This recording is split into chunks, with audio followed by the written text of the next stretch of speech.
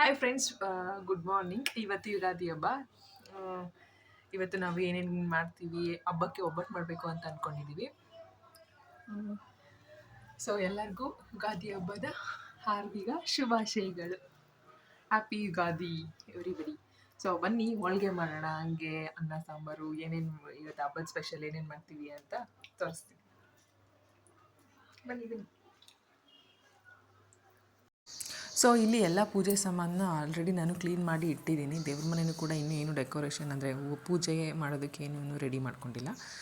But ಏನೇನು so ಅದಾದಮೇಲೆ gas ಕೂಡ ಎಲ್ಲ ರೆಡಿ ಮಾಡಿ ಅಂದರೆ ಕ್ಲೀನ್ ಮಾಡಿ ನೆನ್ನೆನೇ ಇಟ್ಟಿದ್ವಿ. ಪ್ರೀವಿಯಸ್ ಡೇ ಯುಗಾದಿ ಹಬ್ಬದ ಹಿಂದಿನ ದಿನವೇ ಎಲ್ಲ ಕ್ಲೀನ್ ಮಾಡಿಬಿಟ್ಟು ಹಾಗೆ ಬಿಟ್ಟಿದ್ವಿ. ಅದಾದಮೇಲೆ ಇಲ್ಲಿ ಇವಾಗ ಅಡುಗೆಗೆ ರೆಡಿ ಮಾಡ್ಕೊಳ್ಳೋಣ ಅಂತ ರೆಡಿ ಮಾಡ್ಕೊಳಕ್ಕೆ ಸ್ಟಾರ್ಟ್ ಮಾಡಿದ್ವಿ. ಸೊ ನೋಡಿ, ಇವಾಗ ಫಸ್ಟು ಹೋಳ್ಗೆ ಮಾಡೋದಕ್ಕೆ ಕಾಯಿ ಬೇಕಲ್ವ, ಕಾಯಿ ಬೆಲ್ಲ ಎಲ್ಲನೂ ರೆಡಿ ಮಾಡ್ಕೋಬೇಕಲ್ವ. ಸೊ ಕಾಯಿನ ನಾನು ಈ ಥರ ತುರ್ಕೊಂಡೆ. ಸೊ ಜಾಸ್ತಿ ಹೊತ್ತಾಗುತ್ತೆ, ನಾರ್ಮಲಾಗಿ ತುರ್ಕೊಂಡ್ರೆ ಹೆಂಗಿದ್ರು ರುಬ್ಬೋದೇ ಅಲ್ವಾ ಅಂತ ಅಂದ್ಬಿಟ್ಟು ಈ ಥರ ನಾನು ಸೊ ತುರ್ಕೊಂಡು ಫುಲ್ಲು ಒಂದೆರಡು ಕಾಯಿ ಹಾಕಿದೆ. ಕಾಯಿ ಜಾಸ್ತಿ ಹಾಕಿದ್ರಿಂದ ಈ ಸಲ ಹೋಳ್ಗೆ ತುಂಬ ಚೆನ್ನಾಗಿ ಬಂದಿತ್ತು ಆ್ಯಕ್ಚುಲಾಗಿ. ಅದಾದಮೇಲೆ ಹಾಗೇ ಕಾಳನ್ನ ಬೇಯೋದಕ್ಕೆ ಅಂತ ಇಟ್ಟಿದ್ವಿ. ನಾವು ಈ ಸಲ 2 ತೊಗರಿಬೇಳೆ ಮತ್ತು ಕಡಲೆಬೇಳೆ ಎರಡನ್ನೂ ಮಿಕ್ಸ್ ಮಾಡಿಬಿಟ್ಟು ಮಾಡ್ತಾಯಿದ್ವಿ. ಫಸ್ಟು ಕಡಲೆಬೇಳೆನ ಸ್ವಲ್ಪ ಹೊತ್ತು ಅದು ಗಟ್ಟಿಗಿರುತ್ತಲ್ವ, ತೊಗರಿಬೇಳೆ ಬೇಗ ಬೆಂದೋಗ್ಬಿಡುತ್ತೆ. ಸೊ ಅದಕ್ಕೆ ಅದನ್ನು ಬೇಯಿಸ್ಕೊಂಡಾದ್ಮೇಲೆ ಗ್ರೈಂಡರ್ಗೆ ಅಂತ ಹಾಕಿದ್ವಿ, ಗ್ರೈಂಡ್ ಮಾಡೋಣ ಅಂತ. ಸೊ ಅದು ನೋಡಿದ್ರೆ ಎಷ್ಟೊತ್ತಾಯಿತು ಗ್ರೈಂಡ್ ಮಾಡೋಕ್ಕೆ ಅಂತಂದರೆ, 1 hour ಆಯಿತು.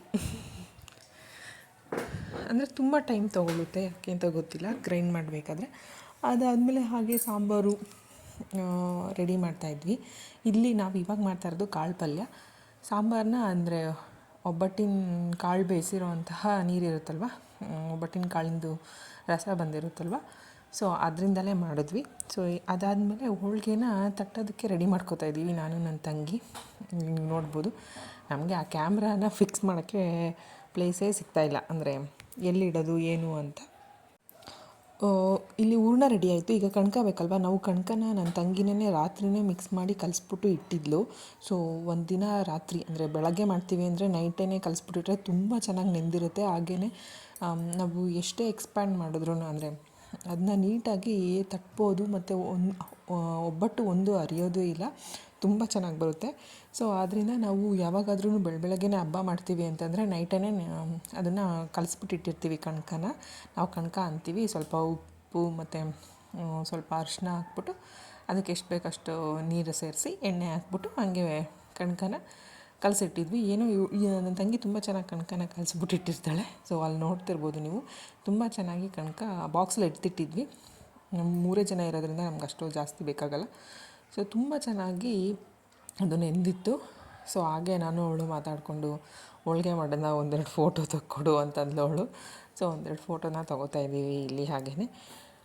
ಬಟ್ ಮನೇಲೇ ಮಾಡಿ ಹೋಳ್ಗೆನ ಆಚೆ ತಂದು ತಿನ್ನೋದಕ್ಕಿಂತ ಮನೇಲೇ ಮಾಡಿ ತಿಂತೀವಲ್ವ ನಾವು. ಅಂದರೆ ನಾನು ಮದುವೆ ಆದಮೇಲೆ ಇವಾಗ ಟ್ರೈ ಮಾಡ್ತಾ ಇರೋದು. ಲಾಸ್ಟ್ ದೀಪಾವಳಿಗೆ ಮಾಡಿದ್ದೆ, ಹಾಗೆಯೇ ಯುಗಾದಿಗೆ, ಅಂದರೆ ಮೇ ಬಿ ಇದು ಸೆಕೆಂಡ್ ಟೈಮ್ ನಾವು ಮಾಡ್ತಿರೋದು ಅನಿಸುತ್ತೆ. ಫಸ್ಟ್ ದೀಪಾವಳಿಗಿಂತ ಈಗ ಮಾಡಿದ್ವಲ್ವ ಯುಗಾದಿಗೆ ತುಂಬ ಚೆನ್ನಾಗಿ ಬಂದಿತ್ತು. ಅದು ಒಂಥರ ಕಾಯಿ ಒಬ್ಬಟ್ಟು ಥರ ಆಗಿಬಿಟ್ಟಿತ್ತು, ಯಾಕಂದರೆ ಕಾಯಿ ಜಾಸ್ತಿ ಹಾಕಿದ್ರಿಂದ, ಮತ್ತು ಕಾಯಿ ಜಾಸ್ತಿ ಹಾಕಿದ್ರಿಂದ ಕಾಯಿ ಹೋಳಿಗೆ ಥರ ಆಗಿಬಿಟ್ಟಿತ್ತು.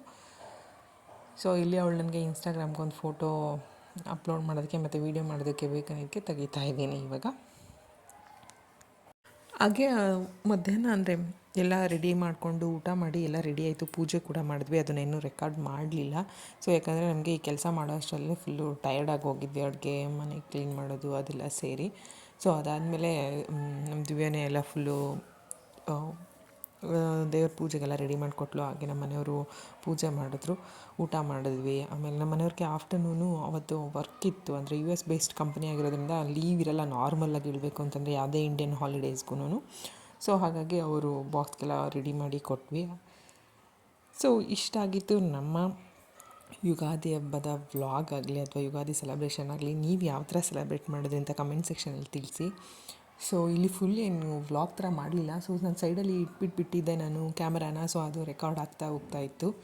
ಸೊ ನನಗಂತೂ ಫುಲ್ಲು ಹೋಳ್ಗೆ ಅಂತೂ ತುಂಬ ಇಷ್ಟ ಆಯಿತು. ನಾನಂತೂ ಅಷ್ಟೊಂದು ಹೋಳ್ಗೆನ ಯಾವ ಹಬ್ಬದಲ್ಲೂ ಅಷ್ಟೊಂದು ತಿಂದಿರಲಿಲ್ಲ ಅನಿಸುತ್ತೆ.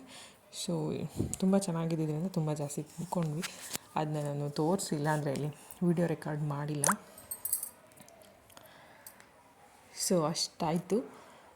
Thank you so much for watching. ತುಂಬ ಚೆನ್ನಾಗಿ ಸಪೋರ್ಟ್ ಮಾಡ್ತಾಯಿದೆ. ಆ ಶಾರ್ಟ್ಸ್ ವೀಡಿಯೋಸ್ ಎಲ್ಲ ತುಂಬ ಚೆನ್ನಾಗಿ ವ್ಯೂಸ್ ಬರ್ತಾಯಿದೆ. Thank you. ಸಬ್ಸ್ಕ್ರೈಬ್ ಮಾಡೋಣ ಮರಿಬೇಡಿ.